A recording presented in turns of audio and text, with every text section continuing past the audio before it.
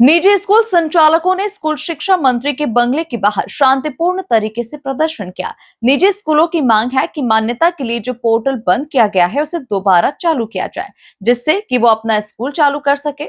उन्होंने अधिकारियों से लेकर मुख्यमंत्री तक गुहार लगाई, लेकिन उनकी मांगों पर कोई ध्यान नहीं दिया जा रहा, जिसका सीधा असर शिक्षण कार्य पर पड़ रहा है। देखिए ये खास रिपोर्ट।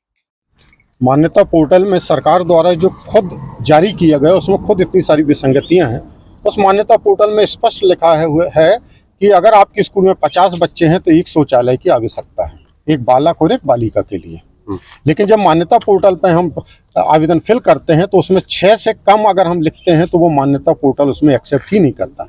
नियम से देखा जाए तो 100 बच्चे पे 2 शौचालय चाहिए, लेकिन जब तक हम उसमें 6 नहीं भरेंगे तब तक वो एक्सेप्ट नहीं करेगा। फिर अग्निशामक यंत्र चाहिए, फिर आपको पत्रिकाएं चाहिए और दूसरा रजिस्टर्ड करारनामा हमको अपलोड करना पड़ेगा। अगर हम उसकी जगह नोटरीकृत करारनामा अगर लगाते हैं तो आपने अभी बहुत पहले देखा था कि जबलपुर में लगभग 21 स्कूल संचालकों को 3 महीने बंद रखा गया।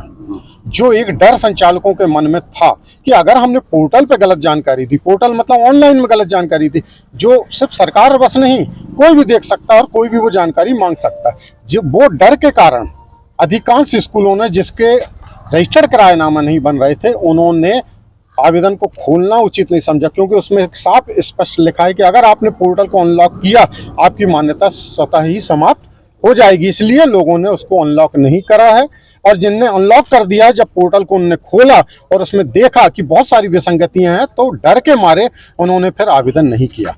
और मैं बता दूं आपको कि शुरू में लगभग 17,000 स्कूल संचालकों ने इसका विरोध करा 10 जनवरी को इसी भोपाल में आके, लेकिन सरकार का दबाव प्रेशर इतना रहा वो रहा, जैसे तैसे लोगों ने किया।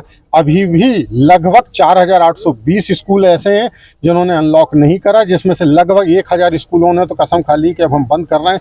लेकिन इन्हीं 4,000 स्कूलों में निःशुल्क शिक्षा अधिकार अधिनियम के पढ़ने वाले लगभग 1.25 लाख बच्चे शिक्षा से वंचित हो जाएंगे। या तो वो सरकारी स्कूल में पढ़ेंगे फ्री में, या दूसरे प्राइवेट स्कूल में जाएंगे तो उनको फीस देनी पड़ेगी।